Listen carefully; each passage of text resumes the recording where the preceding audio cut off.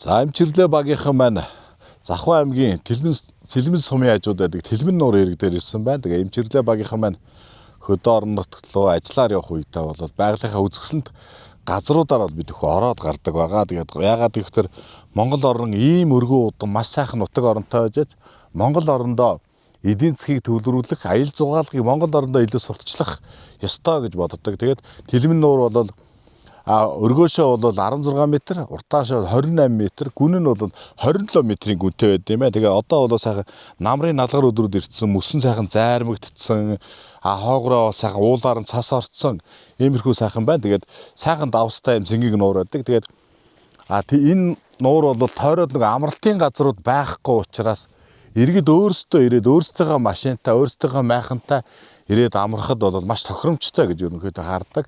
Тэгээ байгалийн үзэсгэлэнт ийм сайхан газар байгаа. Тэгээд ойр нь бол хар зам дагуу учраас ямар нэгэн бартаа саадыг бол ерөнхийдөө бодохгүйгээр ирээд сайхан амраад хүүхдүүдээ сайхан ус мосонд байлгуулаад тойроо сайхан элстэй байгаа. Тэгээ энэ элсэн дээр бас хүүхдүүдээ амраагаад сайхан тоглуулад тэгээ байглаас авах юмыг аваад ингээд сайхан явуул илүү зүгээр юм болоо гэж хардаг. Тэгээд заавал гадаад руу аялаж далай үзэж ус үзэх гэж манайх их явдаг л да. Тэгээд заавал тех шаардлагагүй Монголдо ийм олон сайхан нуурууд байхад энэ бүгдийг үзэж хараад энэ бүгдөө илүү бахархаад гадаад руу биш Монголдо эдийн засгийг төвлөрүүлэх бүрэн боломжтой гэж ерөнхийдөө хардаг.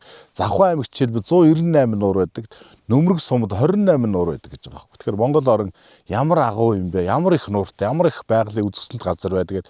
Энэ байгалийнхаа үзэсгэлэнт газруудыг илүү сайн тогтжуулаад аял зугаалга татах бүрэн боломжтой. Тэгээд нутаг орны хүмүүсүүд мраас анхаардаг бахаа л гэж бодож байна. Тэгээд эмчирлээ нэвтрүүлэг маань Захуу аймгийн Тэлмэн сумын Тэлмэн нуурын ирэг дээрээс